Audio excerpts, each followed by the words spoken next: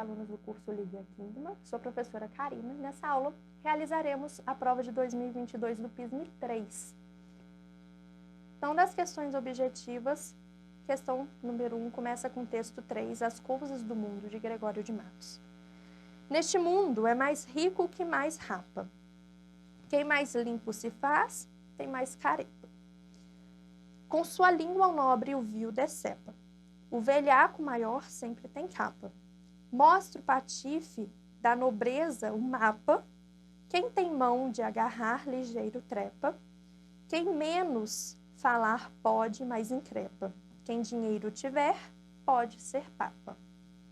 A flor baixa se inculca por tulipa. Bengala hoje na mão, ontem garlopa. Mais isento se mostra o que mais chupa. Para a tropa do trapo, vaso a tripa, e mais não digo, porque a musa topa em apa, epa, ipa, opa, upa. Então, a primeira questão, no caso, número 6, no poema de Gregório de Matos, são uma série de denúncias acerca da sociedade de sua época. Uma delas se caracteriza por um enriquecimento no qual sucesso e insucesso dependeria do status social ou da linhagem familiar. Isso pode ser identificado no seguinte verso. Neste mundo, é mais rico o que mais se rapa, com sua língua ao nobre o vil decepa, mostra o patife da nobreza o mapa. Essa letra C aqui mostra o patife, está sem as alternativas, mas mostra o patife da nobreza o mapa, é a alternativa da letra C.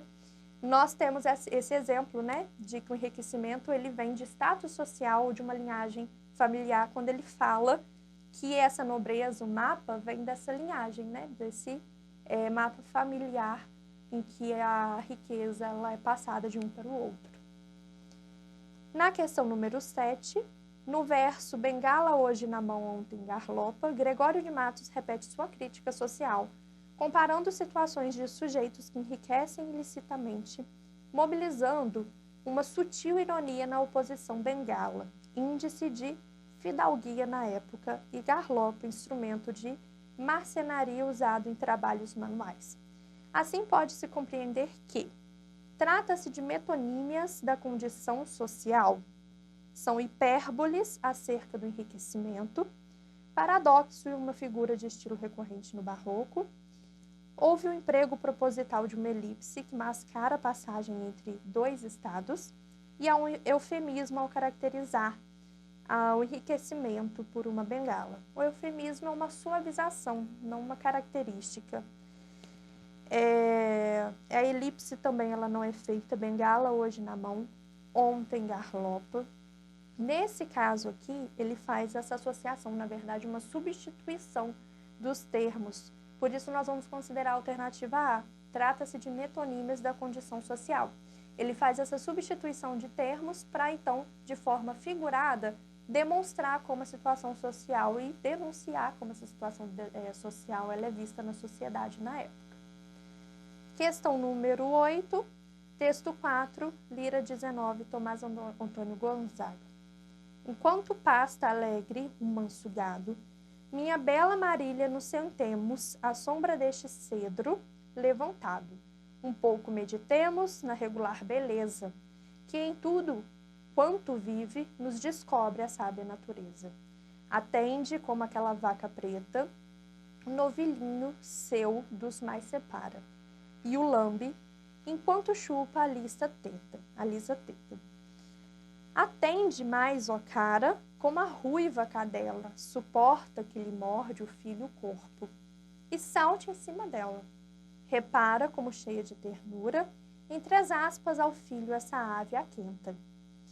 Como aquela esgravata a terra dura, e os seus assim sustenta, como se encoleriza e salta sem receio a todo o vulto que junto deles pisa. Que gosto não terá a esposa amante, quando der ao filhinho o peito brando, e refletir então no seu semblante, quando Marília, quando disser consigo é esta de teu querido pai a mesma barba, a mesma boca e testa. Que gosto não terá a mãe que toca quando o tem nos seus braços com o dedinho. Nas faces graciosas e na boca do inocente filhinho, quando Marília bela, o tenro infante, já com risos mudo começa a conhecê-la. Que prazer não terão os pais ao verem com as mães um dos filhos abraçados. Jogar outros à luta, outros correrem nos cordeiros montados. Que estado de ventura, que até naquilo que de peso serve inspira amor, doçura. Então, questão 8. A consciência literária que dinamiza a formação do arcadismo poético brasileiro no século XVIII está profundamente relacionada aos paradigmas do espírito iluminista francês. De modo muito breve, pode-se dizer que um dos princípios que move o iluminismo é a crença em uma razão universal e natural, capaz de integrar o homem e a natureza através de um equilíbrio eterno e imutável. Como sintetizou o crítico literário Alfredo Bozzi em sua História Concisa da Literatura Brasileira, o arcadismo se arroga o direito de ser digna versão literária do iluminismo vitorioso. É por seguir o princípio do iluminismo vitorioso que a natureza na lírica árcade, dominante aparece sempre regulada e filtrada por um equilíbrio racionalizador, vale dizer, humanizador, através da qual a dimensão humana e a paisagem física convivem sem nenhum tipo de conflito em um artificial locus harmonius. Tendo em vista as observações acima, suas possíveis relações com o texto 4, assinale a alternativa correta. Então, a lira 19 não se relaciona com nenhum dos princípios básicos do arcadismo. Incorreta, porque na verdade ela se relaciona sim. A relação amorosa descrita e narrada na lira 19 apresenta traços tipicamente românticos. O romantismo ele foge um pouco da racionalidade, então essa estaria incorreta, já que o arcadismo é um movimento mais racional. A relação entre a dimensão humana e a natureza construída no poema está baseada em princípios anti-iluministas. O próprio enunciado te traz a informação de que é baseado em princípios iluministas, então essa estaria incorreta também. Na primeira estrofe do poema, a relação do narrador com sua amada, bem como a paisagem, é marcada por equilíbrio e racionalidade. Exatamente o que é tratado no texto e o que é tratado no próprio enunciado. Essas questões são bem tranquilas da prova de 2022 desse PISM 3. Os enunciados eles estão bem desenvolvidos em relação ao próprio conteúdo, o que faz com que o candidato e o aluno fique mais tranquilo na hora de responder. Questão 9. De que modo as imagens dos animais, leia-se animais não humanos, são construídas na lira 19? Assinale a alternativa correta. As atitudes dos animais são muito distantes da vida humana e interessa ao narrador enfatizar essa dinâmica. Os animais se destacam... Distância? Eu olhei o quê? Ixi. Você faz o corte. Vou ler de novo. Questão número 9. De que modo as imagens dos animais, leia-se animais não humanos, são construídas na lira 19? Assinale a alternativa correta.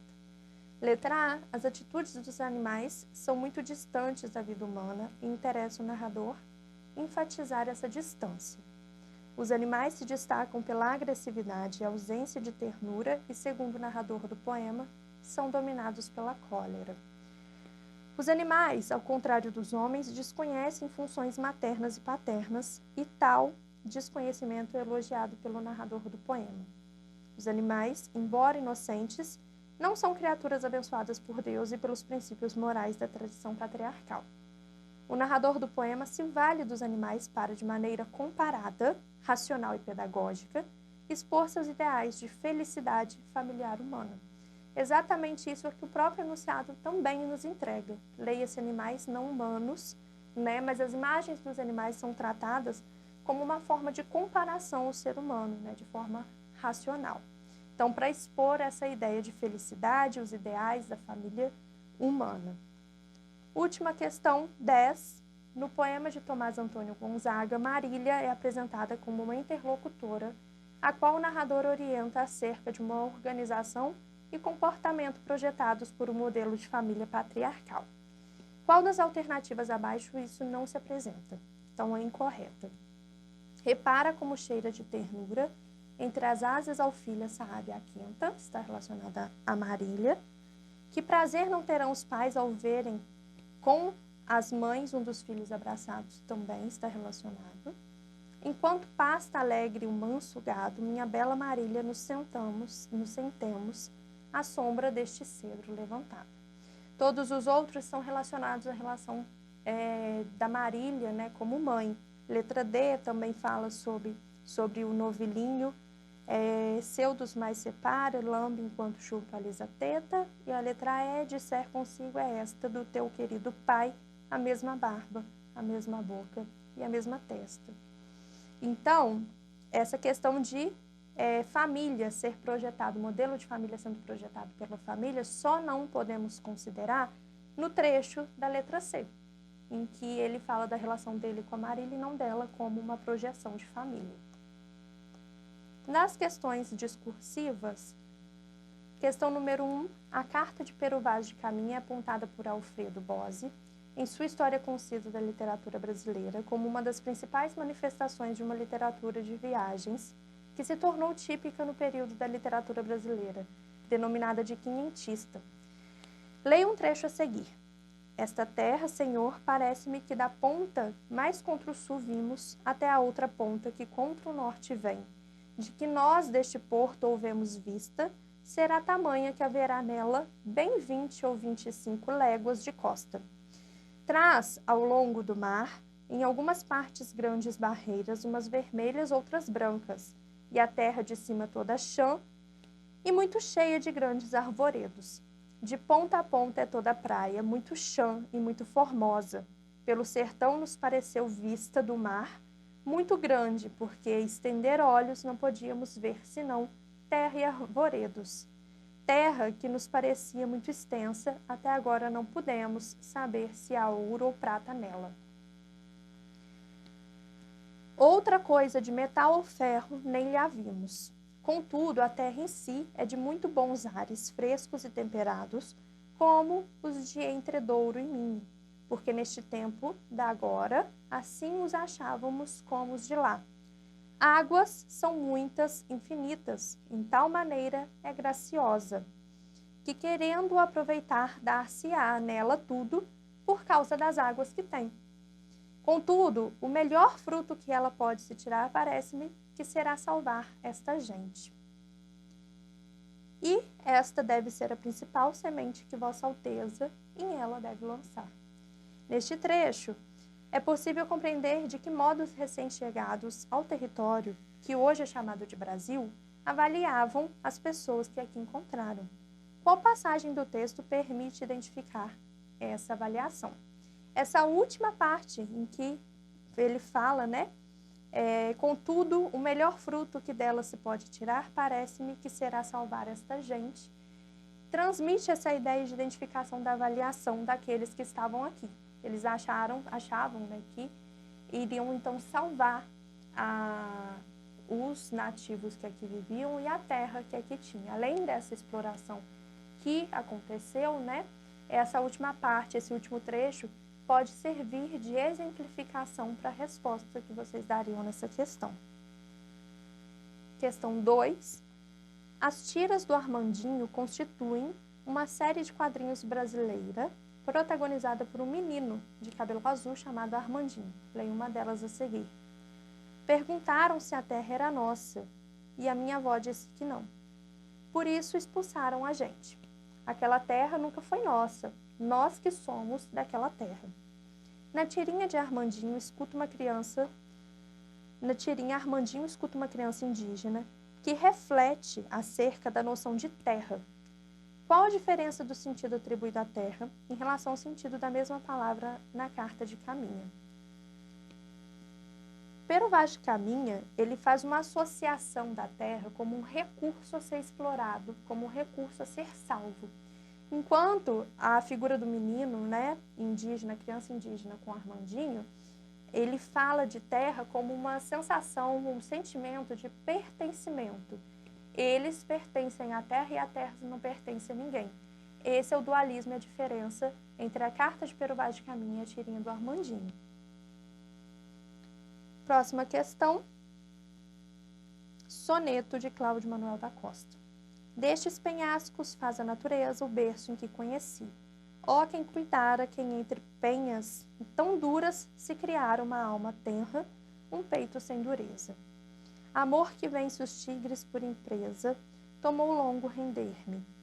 Ele declara contra o meu coração guerra tão rara que não me foi bastante a fortaleza. Por mais que eu mesmo conhecesse o dano, a que dava ocasião minha brandura, nunca pude fugir ao cego engano. Vós que ostentais a condição mais dura, temei penhas, temei com amor tirano, onde mais resistência, mais se apura. Então, a questão número 3, nas poesias do arcadismo, a natureza e o homem são, em geral, alcançados a uma universalidade abstrata, cujo modelo é a tradição mitológica e pastoril greco-latina. No entanto, há momentos em que a cor local se infiltra na poesia árcade. Isso ocorre, por exemplo, em alguns poemas de Cláudio Manuel da Costa, nos quais encontramos uma intensa corporação da paisagem mineira articulada em sua imaginação da pedra. Qual elemento da paisagem local foi incorporado ao soneto e como o narrador se relaciona com ele. Logo lá nos primeiros versos, ele faz essa associação ao elemento da paisagem montanhosa de Minas Gerais. Então, em trechos como ele fala, destes penhascos fez a natureza, depois que entre penhas tão duras se criara, ele relaciona isso, né, ele cria esse contraste a alma tenra, um peito sem dureza. Né? Essa ideia do elemento montanhoso ao que cria esse amor pela terra e pela alma tenra dele. Então, esses trechos podem servir de exemplo. E a questão 4, há em uma passagem do poema uma personificação do elemento local e uma interlocução do narrador do poema com ele. Aponte tal passagem indicando os versos em que ela ocorre. Os últimos versos. Vós que ostentais a condição mais dura, temei penhas, temei que amor tirano, onde há mais resistência, mais se apura. Essa personificação, essa atribuição de algo humano a essa natureza, né? Esse amor tirano que cria a resistência da terra e desse povo. Quanto mais se fortifica, mais se apura. Então, estes últimos versos servem como exemplo para responder a questão número 4. Bom, espero que essa prova e a avaliação dela e das questões tenham ajudado a vocês a conseguirem, então, ver como o conteúdo é aplicado na prova do PISME. Aqui essa prova foi bem tranquila, a prova de 2022, do ano passado. Tiveram questões bem tranquilas, bem com relação ao que é dito no texto, uma interpretação do texto junto com o enunciado, que entregou boa parte do que é tratado e visto nos conteúdos dentro de sala. Espero que tenha ajudado e até uma próxima.